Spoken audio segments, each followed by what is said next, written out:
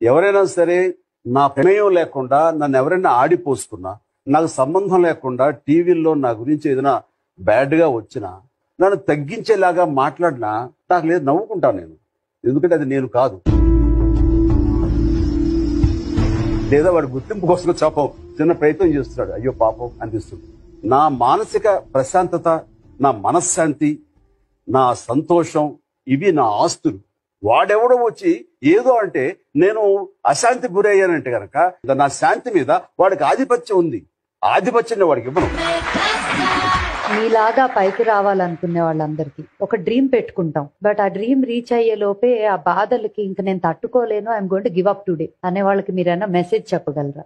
ఒక నున్నటి ధ్వజస్తంభం ఉందండి. చాలా కప్పలు వాటిని మీద ఎగబాకాలని చూస్తున్నాయి. అక్కడ ఏం జరుగుతుందిరా అని అడిగాడు. కప్పలన్నీ స్తంభం ఎక్కుతున్నాయి, నున్నగా ఉన్న స్తంభం, పైగా దాని మీద ఆయిల్ పూసారంట, అవి ఎక్కుతున్నాయి. పిచ్చిమొహాలు అవి ఎక్కడ 2 అడుగులు వేయగానే జారి పడతాయి చూడు అనగానే అవి విన్న కప్పలు కొన్ని అలా ఎక్కి నిజంగా పడిపోయింది. ఒక కప్ప మాత్రం ఏమి పట్టించుకోకుండా చక్క చక్క చక్క చక్క చక్క పైదాకా వెళ్ళిపోయి బెక్కబెక్కమని కూసింది. కప్ప ఎలా ఎక్కిందంటే ఆ కప్పకి చెవుడు.